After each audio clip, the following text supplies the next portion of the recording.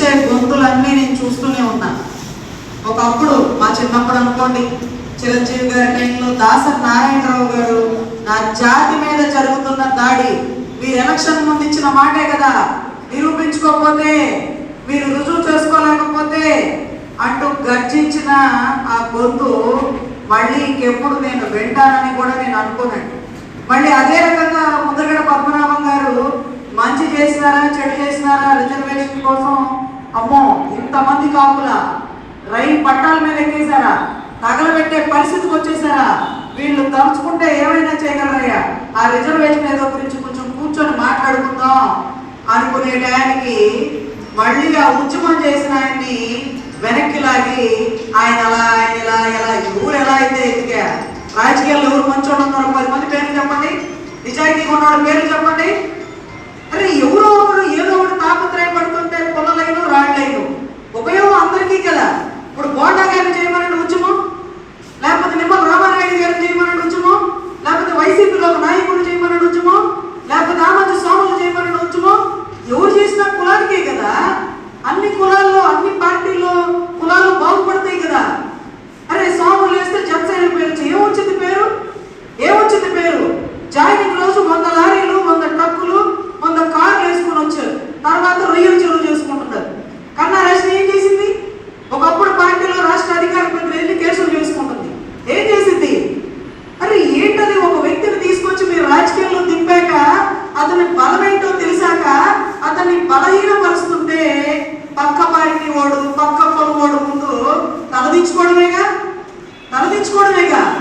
నాకైతే కాపులు ముఖ్యమంత్రి అనే ఆశ పోయి రంగా గారు బతుకుంటే అయి ఉండేవాళ్ళయ్యా. ఇక లేదు మాకు ఆశ, అలాంటి ఆశలు పెట్టుకునే ఉద్దేశం కూడా లేదు. ఎవరిని చెయ్యాలని కూడా మేము అనుకోము. ఎందుకంటే అవ్వాలనుకున్న వ్యక్తికి కూడా అయ్యే ఉద్దేశం లేదు. Public statement. ఇక ఇప్పుడు ఏం చేయాలా? కాపు రిజర్వేషన్ల గురించి మీరు మీటింగ్ పెడతారు. ఇవాళ రోజు ఇక్కడ మీటింగ్ ఉందంటే నేను 2-3 మీడియా వాళ్ళకి చెప్పా, సార్ మా కాపుల మీటింగ్ అంట. లేదమ్మా ప్రశ్నలో టైం రాలేదే. మీటింగ్ అంటే ఎలా ఉండాలా? మీటింగ్ అంటే ఎలా ఉండాలో? ఒక 100 మందో 1000 మందో 2000 మందో అయ్యా వాళ్ళందరూ ఒకచాటు గుమ్ము కొడుతున్నారయ్యా, ఏ నిర్ణయాలు తీసుకుంటారో, ప్రభుత్వాన్ని కలుపుతారో కుదుపుతారో అని ఒక భయం కలగాల. ఇదో 100 మంది కూర్చొని పిచ్చా పార్టీ మాట్లాడుకున్నట్టు ఇది ఒక మీటింగ్, ఇది ఒక మెసేజ్. ఇందాక చెప్పినట్టు ఒక రోజు అడిగినా ఏ అన్న రాలేదా అంటే, మొన్న నేను మీటింగ్ పెట్టినప్పుడు వాళ్ళు వచ్చినారమ్మా. ఎవరాళ్ళు గుంటూరులో కుక్కని కొట్టినట్టు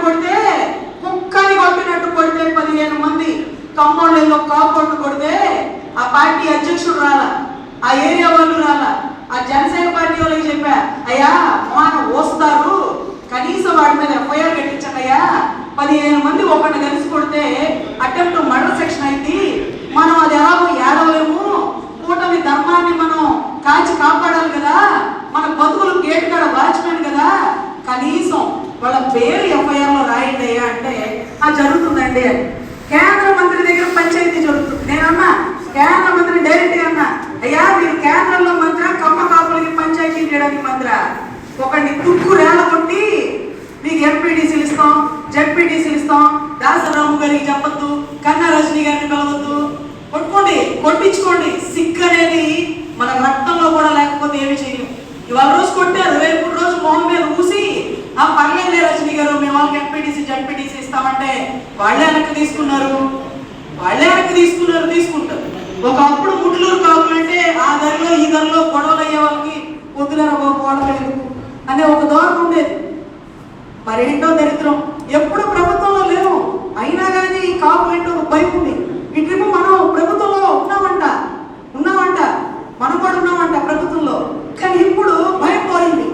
ఇదేంటో దరిద్రం, మనం ఎప్పుడు రాజకీయంలో ఏ స్థాయిలోనూ లేవు, అయినా సరే ఒక భయం అనేది ఉంటుంది. అమ్మో వాడితో వద్దులేరా, అరే విజయవాడ కాపులు వాళ్ళకి వద్దులేరా, అరే ముట్లూరు కాపులు రా, వాళ్ళకి ఏంటోరా, వాడితో గొడవలు ఎందుకురా, ఆ ధోరణి పోయింది. మొన్నటి రోజు ఒకటి చెరువులో తెప్ప తగిలిసినట్టు తగిలిసినారు. బీసీల అమ్మాయిని కదిలిస్తే కూర్చొని ఎఫ్ఐఆర్లో స్టేషన్లో పంచాయతీలో చేరుకుపోయి అడిగేవాడేంద్రా అని పాప వాడిని తొక్కించి తీసుకెళ్లి చెరువులో వేసారు. ఎవరిని వచ్చారా కాపులు కుల పెద్దలు మా వాడి మీద దాడి చేస్తారు. కోట మీద ధర్మం, గేట్ కాడ వాచ్మెన్ చేయండి,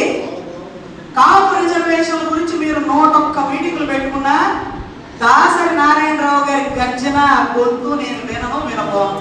ఆయనకి రాజకీయానికి సంబంధం లేకుండా చక్కగా పక్కన చిరంజీవి గారు ఉన్నారు, పావుల గొంతుతో మాట్లాడారు, ఆయన ముప్పావుల గొంతుతో గర్జించారు. జాతి అనే పదం వాడింది హంటర్ కమిషన్ వచ్చినప్పుడు జ్యోతిరావు పులే గారు దళితుల కోసం, మా జాతి కోసం ఏది మాకు విద్యా హక్కు అని అడిగింది. అదే మాదిరిగా సైమన్ కమిషన్ వచ్చినప్పుడు అంబేద్కర్ గారు అడిగారు, మా జాతికి ఏం చేసినారు అని అడిగారు. మళ్ళీ అదే జాతి అనే పదాన్ని దాసరి నారాయణరావు గారు వాడు. మీ జీవితం అంతా కులానికి ఏం చేస్తారు, ఏం అడుక్కోవాల్సిన కర్మే ఉంది. కులంలో ఒక 10 మంది నాయకులుగా నిలబడండి, వాళ్ళు ఎటు చెప్తే ఓటు అడిపడిందంటే వాళ్ళే కోతికాడ నక్కల్లా కూర్చుంటారు. వాళ్ళే కోతికాడ అరే కూర్చోండిరా, ఆ కాపాడుతో మాట్లాడండి, ఈసారి ఓటింగ్ మనకు తిప్పమనండి, వాళ్ళకి తిప్పమనండి, అరే అటు ఇటు తిప్పుకోవడమే కానీ మనం కూర్చునేది ఏముంది అంటే నాకు ఆ ఉద్దేశం లేదు, నేను రాష్ట్ర అభివృద్ధిని చేస్తానంటాడు ఒక నాయకుడు. మరి చెప్పాలి కదా, నాకు క్లారిటీ ఇవ్వాలి కదా, అభివృద్ధి చేయండి. ముందు అదే మాట చెప్పుకుంటే మాకు కూడా ఆశ కలిగేది కాదు. ఈరోజు ఆశ కలిగి నిరాశ కలిగి ఏమంటే మీ వాడికి వెళ్ళినప్పుడు మీరు అడుగుతారేంటి అని మమ్మల్ని ఎఫ్ఐఆర్ చేయాల. సీసీ ఫుటేజ్ లో 15 మంది ఒక మనిషిని కొట్టిన 307 కట్టి ఆ గోగినేని కళ్యాణ్ చౌదరి గారి పేరు కూడా రాయాల. అంత దౌర్భాగ్య పరిస్థితుల్లో ఉంటే రేపు మూస్తారు, మీ మొహాన మూస్తారు, మీకు ఎంపీటీసీ ఇస్తారా, ఇలా చూసుకోండి సిగ్గు లేకుండా.